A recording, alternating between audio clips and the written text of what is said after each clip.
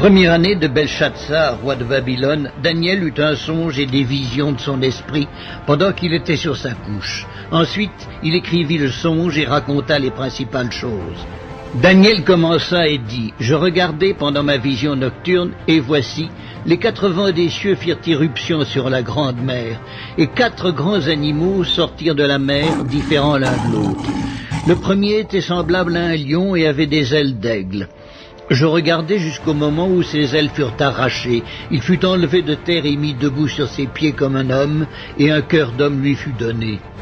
Et voici un second animal était semblable à un ours, et se tenait sur un côté. Il avait 3 côtes dans la gueule entre les dents, et on lui disait « Lève-toi, mange beaucoup de chair ». Après cela, je regardai, et voici, un autre était semblable à un léopard, et avait sur le dos 4 ailes, comme un oiseau. Cet animal avait 4 têtes, et la domination lui fut donnée. Après cela, je regardai pendant mes visions nocturnes, et voici, il y avait un 4e animal, terrible, épouvantable, et extraordinairement fort. Il avait de grandes dents de fer, il mangeait, brisait, et foulait aux pieds ce qui restait. Il était différent de tous les animaux précédents, et il avait 10 cornes. Je considérai les cornes, et voici, une autre petite corne sortit du milieu d'elle, et 3 des premières cornes furent arrachées devant cette corne. Et voici, elle avait des yeux comme des yeux d'homme, et une bouche qui parlait avec arrogance. Je regardai pendant que l'on plaçait des trônes, et l'ancien des jours s'assit.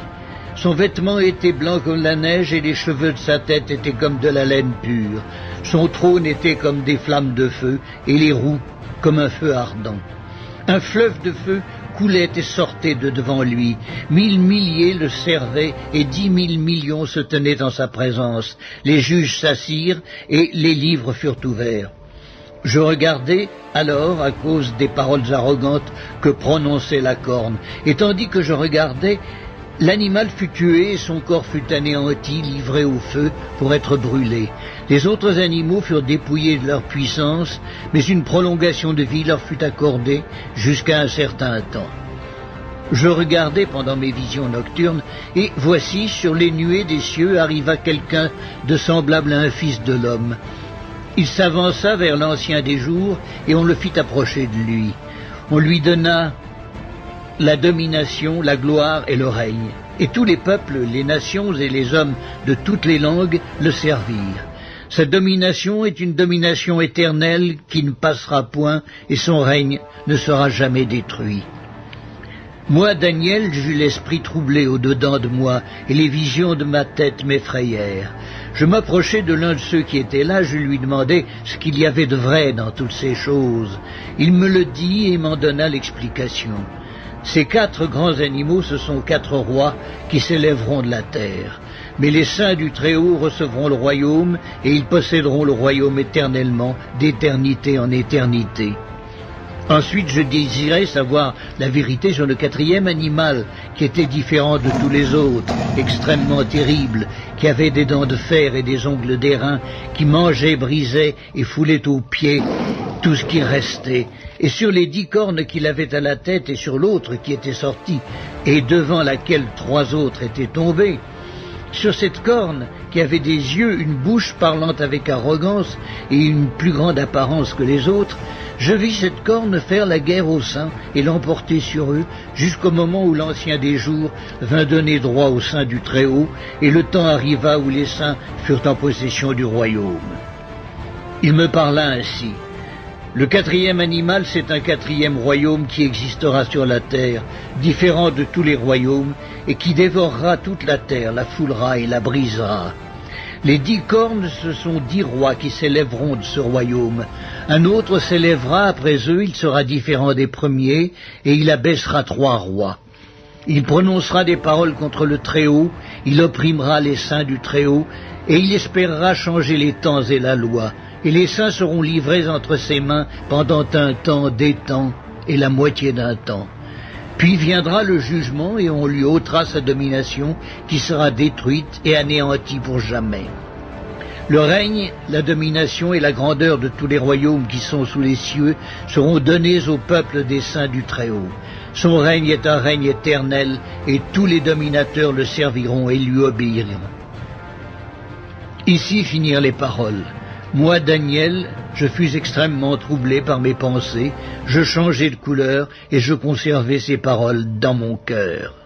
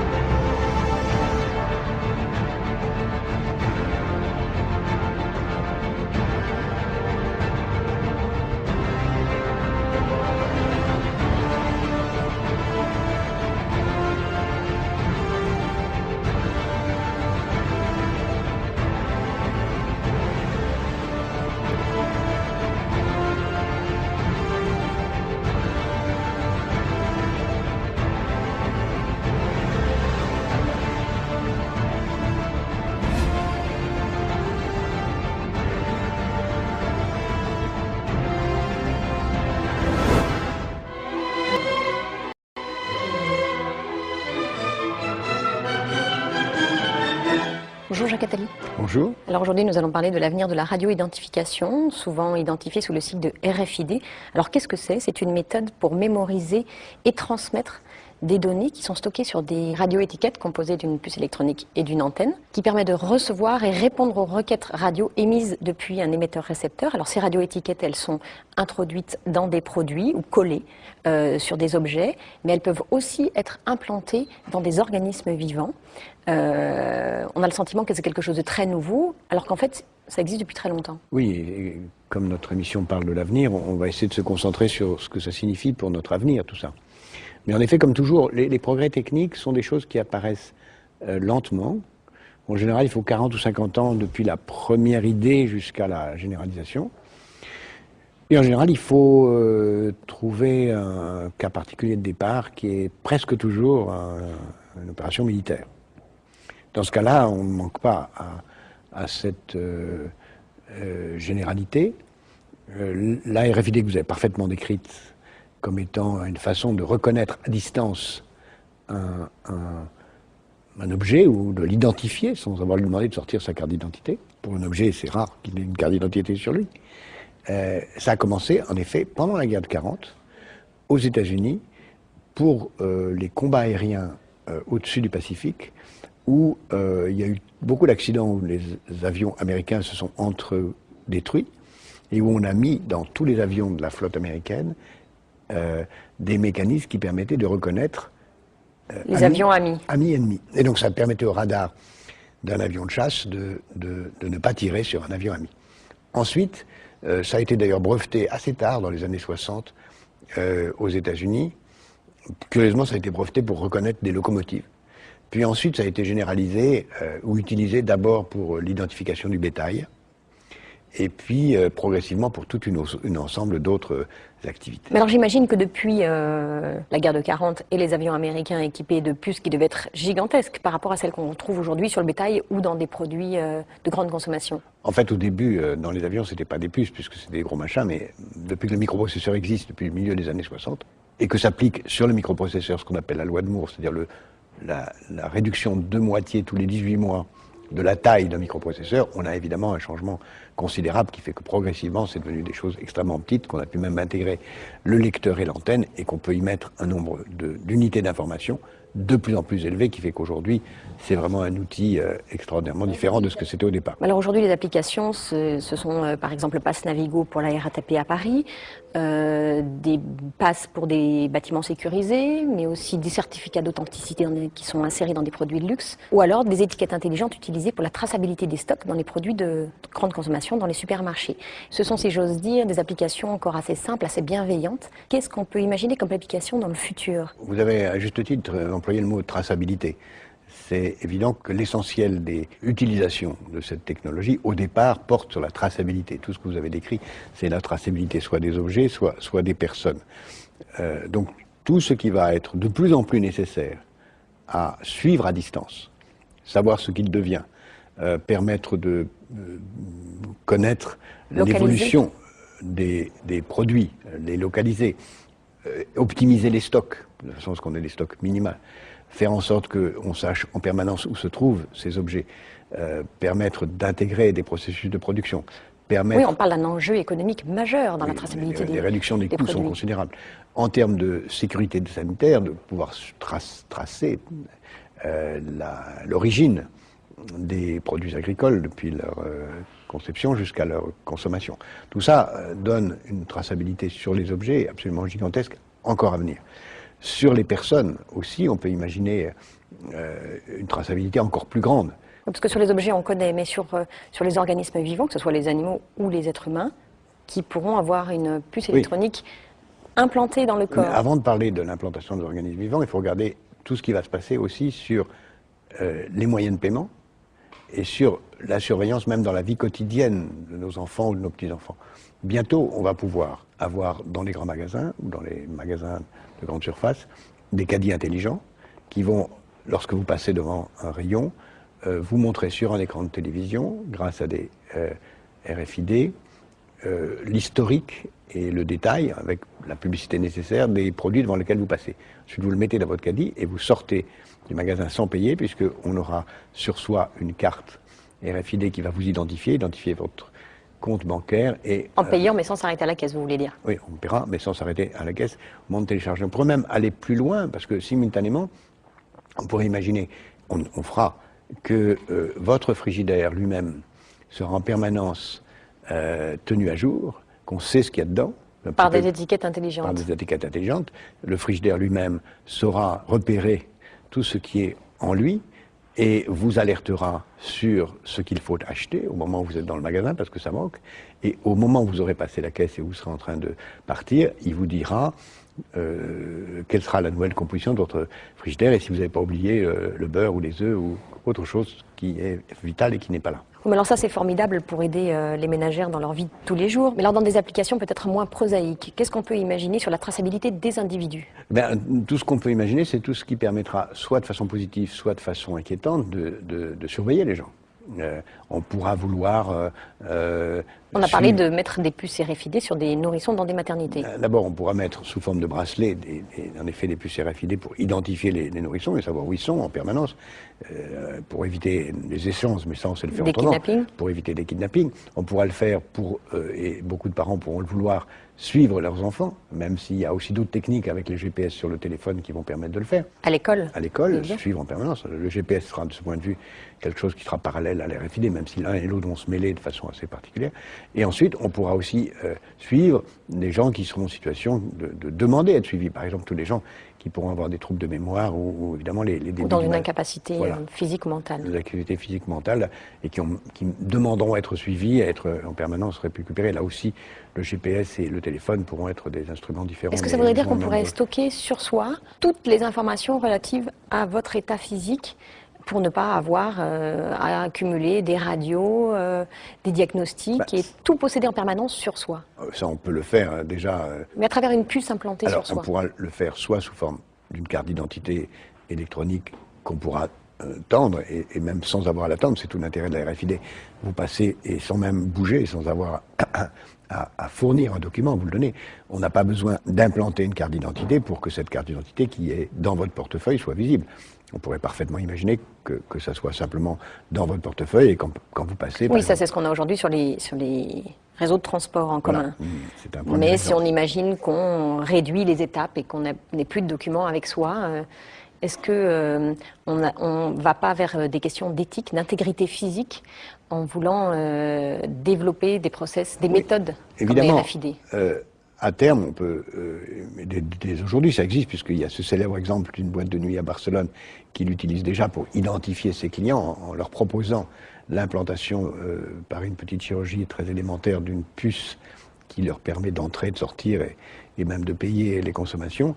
On peut imaginer que chaque individu accepte volontairement ou sans le savoir une puce en lui qui contiendrait toute une série d'informations sur lui.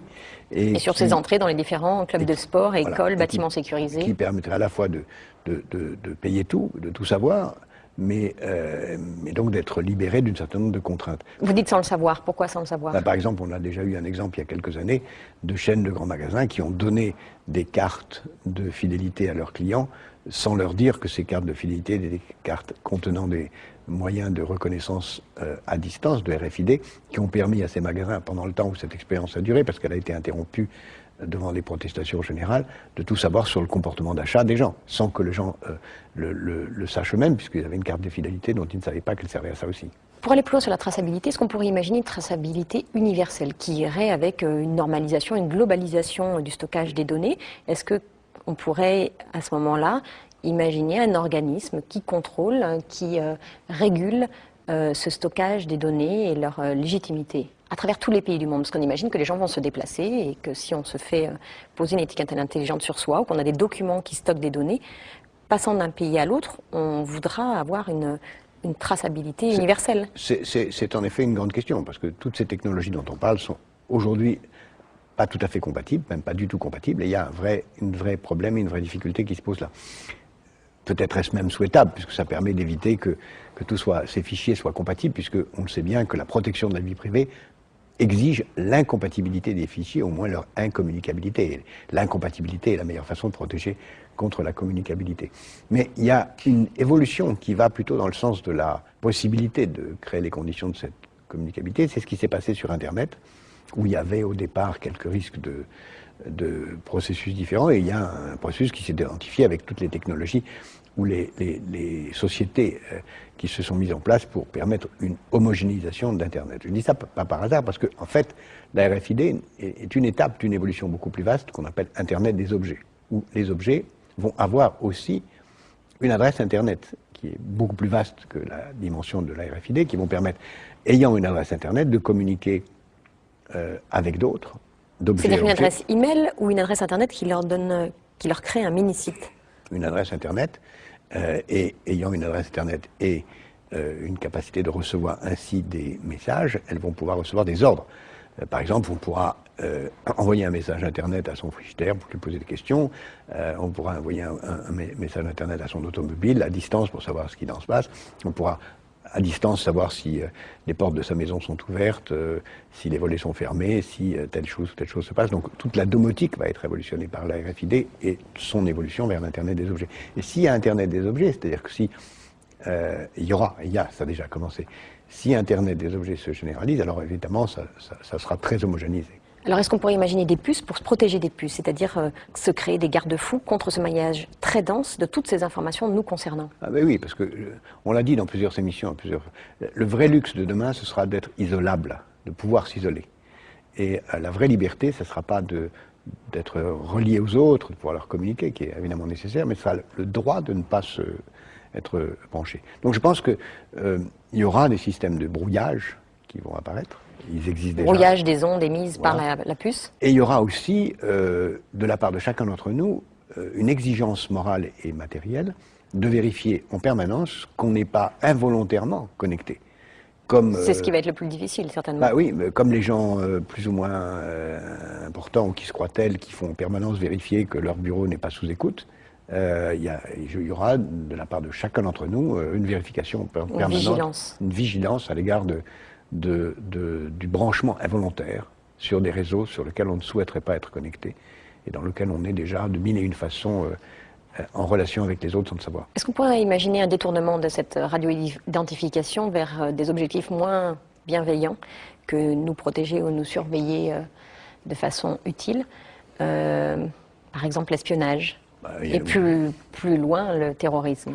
Il y en a mille façons de l'imaginer. Il y aura toute une série. On le voit déjà, ce qui se passe sur les animaux, par exemple, qui est très révélateur, la traçabilité des animaux, ce qui se passe sur les animaux, les espèces en voie de disparition, qui est tout à fait nécessaire. Mais on peut imaginer aussi qu'on le mette sur les personnes pour tracer l'immigration volontaire ou l'immigration légale ou illégale, toujours volontaire, ou tracer, soit pour des raisons honorables, les personnes menacées par le proxénétisme et par le commerce sexuel. Enfin, il y a mille et une bonnes raisons. Mais ça, c'est la société qui voudra aller vers ça. Est-ce que des personnes malveillantes, comme des terroristes, pourraient, ou des espions, récupérer la technologie de la RFID? 1000 sujets de romans qui viendront à terme et qui seront en effet extrêmement dangereux, mais pas la peine de donner des idées de ce genre. Merci Jacques Attali, je vous retrouve vendredi prochain dans la bibliothèque du Sénat pour une autre conversation d'avenir. Et si l'avenir de la RFID vous intéresse, j'en profite pour vous signaler le 13 novembre prochain à Paris, les rencontres professionnelles du monde autour du thème Innover, organiser, produire